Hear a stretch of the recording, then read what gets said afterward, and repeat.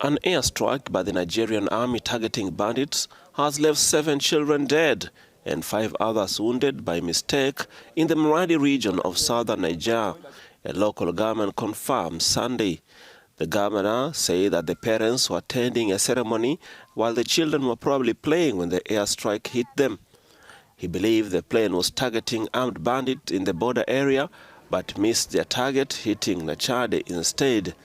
Several municipalities in the Maradi region are seriously affected by the violence of heavily armed gangs from Nigerian states of neighboring Katsina, Sokoto and Zamfara. In 2018, Niamey reinforced military patrols along its border with Nigeria to prevent the incursion of these gangs, which carry out assassinations, kidnappings for ransom, attacks on traders and raids on cattle, which they then lead into Nigeria. Sudanese security forces on Sunday fired tear gas at protesters demonstrating against last year's military coup as the United Nations human rights experts Adama Dieng arrived in the country. Dieng will be meeting with senior Sudanese government officials, representatives of civil society organizations, human rights defenders, and heads of UN entities and diplomats. Thousands rallied in the capital, Khartoum, carrying the Sudanese flags and posters of people killed during anti-coup demonstrations in recent months. On the 4th month of the protest, we'll still have the same demands, which are a civilian state, democracy, and for the military to stay away from the economy and politics. And by this we mean military leaders and not the military institution. نعني قادة العسكر وليس المؤسسة العسكرية. The security forces fired tear gas and wounded several protesters who were heading toward the presidential palace in central Khartoum. They are the ones killing us. They killed 81 of us, while they haven't lost anyone amongst them. This is the peace that we live in. We began an attrition campaign on October 25, the day of the coup, and this is our 3rd month, and we will keep going.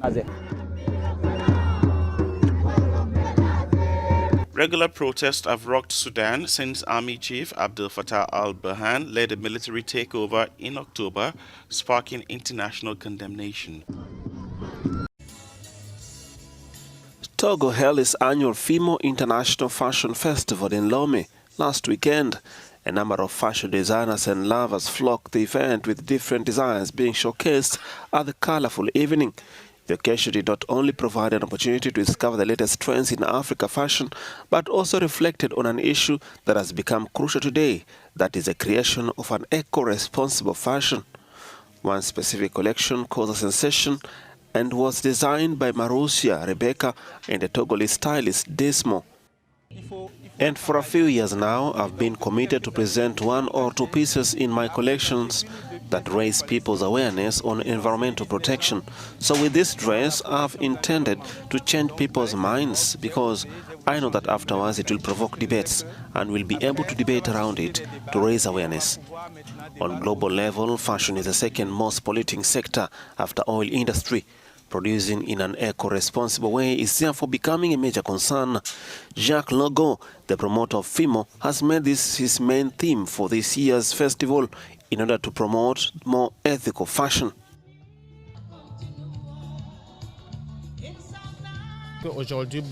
Today, my designers have entered into recycling. We see pollution everywhere.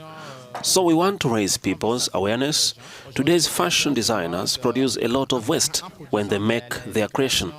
So now they have understood that they must really protect this very same environment. And this is by doing upcycling, and that's what we've been doing for the last 2 years. And we are on this theme now. A total of 58 designers were present at the festival. Several ideas from fashion designers came up during this festival for a more ethical and sustainable fashion. Some proposed creations with less polluting materials or with abandoned fabrics.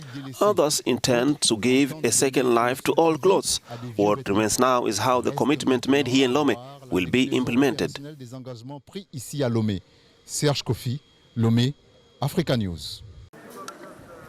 In one of South Africa's roughest townships, an overcrowded and dilapidated housing complex has maintained one rule for decades: no men allowed.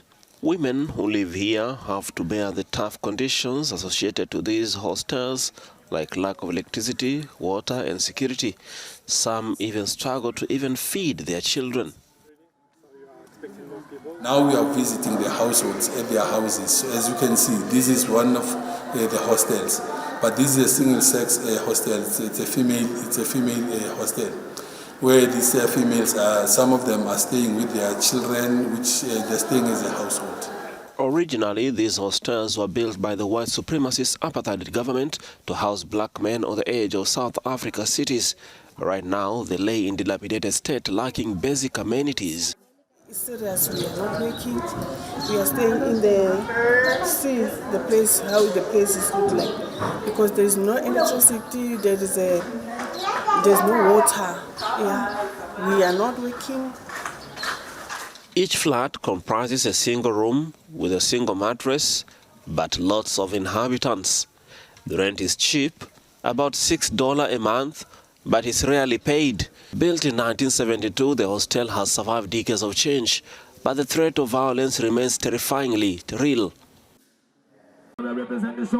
Zimbabwe's leading opposition figure, Nelson Chamisa, drew thousands of cheering supporters on Sunday to his first political rally since forming a new party weeks ago, as the country's gear up for the elections that has been postponed due to COVID-19. Chamisa formed the Citizens Coalition for Change party in January, making a break from the country's long-time opposition party, the Movement for Democratic Change, or MDC, initially steered by the long-time opposition leader, the late Morgan Tsvangirai. You can capture the leaders, you can never capture the people.